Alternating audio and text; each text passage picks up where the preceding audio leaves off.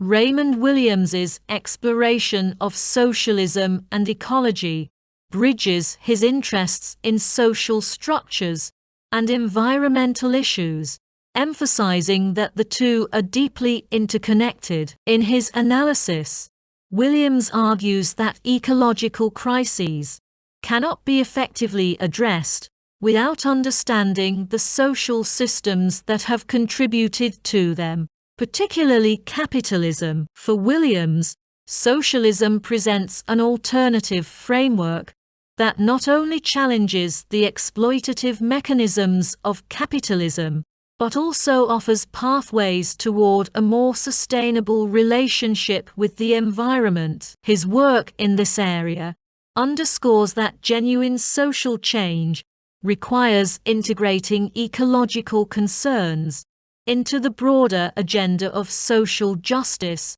recognizing that human society and the natural world are inextricably linked. Williams begins by critiquing the capitalist system, which he believes is fundamentally at odds with ecological balance. He asserts that capitalism's inherent drive for profit leads to overconsumption of resources and exploitation of the natural environment. In this view, nature is commodified and reduced to a resource to be extracted, bought, and sold for economic gain, ignoring the long-term consequences of this relentless extraction on ecosystems and human health. Williams sees this unsustainable approach as a product of capitalist values, which prioritize short-term gains over the well-being of future generations and the environment. Socialism, in contrast,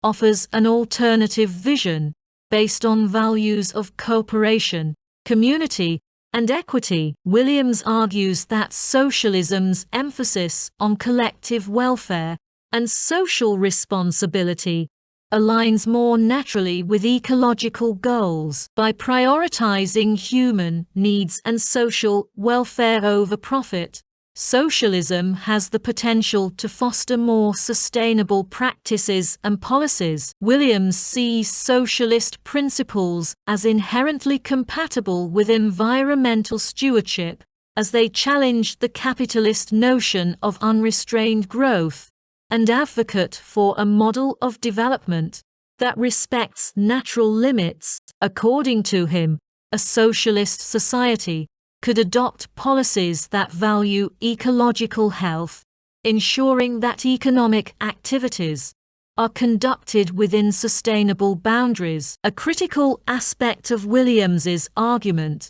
is his rejection of the idea that ecological problems can be solved by technological advances alone. He acknowledges that technology plays a role in mitigating environmental damage, but he argues that without a corresponding shift in social values, technology alone will be insufficient. For Williams, technology developed under capitalism often exacerbates environmental issues because it is designed to maximize profits rather than address ecological concerns. For instance, industries may adopt technologies that increase production but deplete resources or generate waste, with little regard for environmental impact. Williams believes that technology, if developed under a socialist system, could be harnessed for ecological benefit, but this would require a shift away from profit-driven motives. Williams also addresses the issue of consumer culture, which he sees as a significant barrier to ecological sustainability. In capitalist societies, he argues, people are encouraged to consume more than they need, creating a culture of disposability and waste. This consumerism is not a natural human impulse, according to Williams, but a byproduct of capitalist economies that depend on continuous growth and expansion. He believes that socialism, by focusing on meeting genuine human needs, rather than artificially creating demand, could foster a more sustainable approach to consumption. In a socialist society, goods and resources could be distributed based on need, reducing the excessive production and waste that characterizes capitalist consumerism. Central to Williams's critique is the concept of alienation, both from nature and from other people. He argues that capitalism not only alienates workers from their labor, but also alienates society from the natural world. This alienation, he suggests, is a root cause of ecological degradation, as people come to see nature as something separate from themselves, an external object to be used, rather than a living system to which they belong. Williams believes that socialism can address this alienation by fostering a sense of community and interdependence, both among people and between humans and nature, by promoting values of solidarity and mutual responsibility. Socialism can help reconnect people with the natural world, fostering a culture of respect and care for the environment. Williams also critiques the notion of sustainability, as it is often used within capitalist frameworks. He argues that sustainability is frequently co-opted by corporations and governments as a form of greenwashing, using the language of ecological responsibility to maintain the status quo rather than enact meaningful change. In capitalist contexts, sustainability often becomes a marketing tool, rather than a genuine commitment to environmental preservation. Williams cautions that unless sustainability is rooted in a socialist framework that challenges the underlying capitalist logic,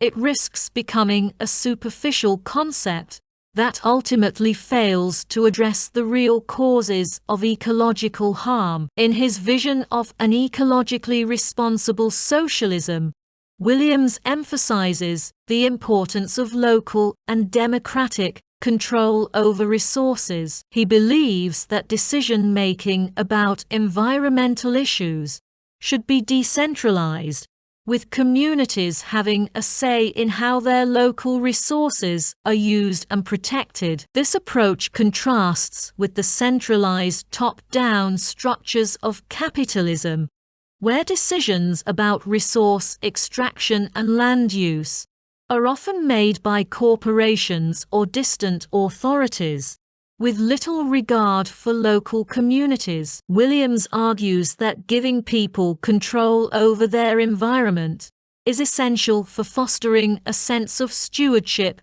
and accountability, as individuals are more likely to care for resources they directly depend on and manage. Furthermore, Williams critiques the growth imperative that drives capitalist economies, which he views as fundamentally incompatible with ecological sustainability. Capitalism's need for constant expansion leads to an unsustainable demand on natural resources, as industries seek to produce more goods and extract more materials. Williams argues that this relentless pursuit of growth is a primary cause of environmental degradation, as it drives deforestation, pollution, and loss of biodiversity. In contrast, he envisions a socialist economy that values ecological balance over growth, where development is measured not by GDP,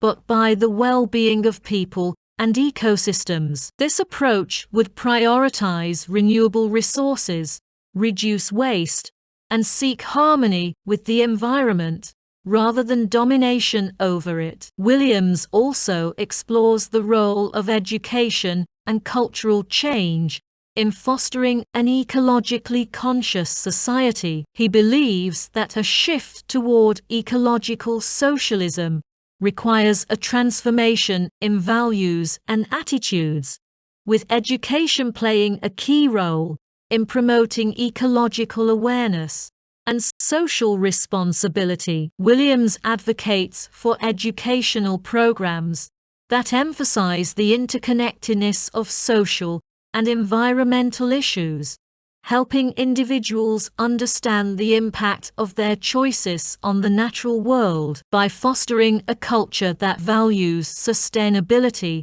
education can help build a foundation for ecological socialism, where people are motivated not by profit, but by a commitment to the collective good. In his analysis, Williams does not claim that socialism is a perfect or ready-made solution to ecological crises, acknowledging that any system, socialist or otherwise, must actively work to integrate ecological principles into its structure. He argues that ecological socialism must be built consciously, with attention to the specific environmental challenges and needs of different communities. Williams believes that this requires an ongoing commitment to adaptability, where ecological policies are not rigidly enforced, but evolve in response to changing environmental conditions. For him, socialism's flexibility and emphasis on community engagement make it well suited to address ecological issues, as it allows for local solutions that are responsive to unique ecological contexts.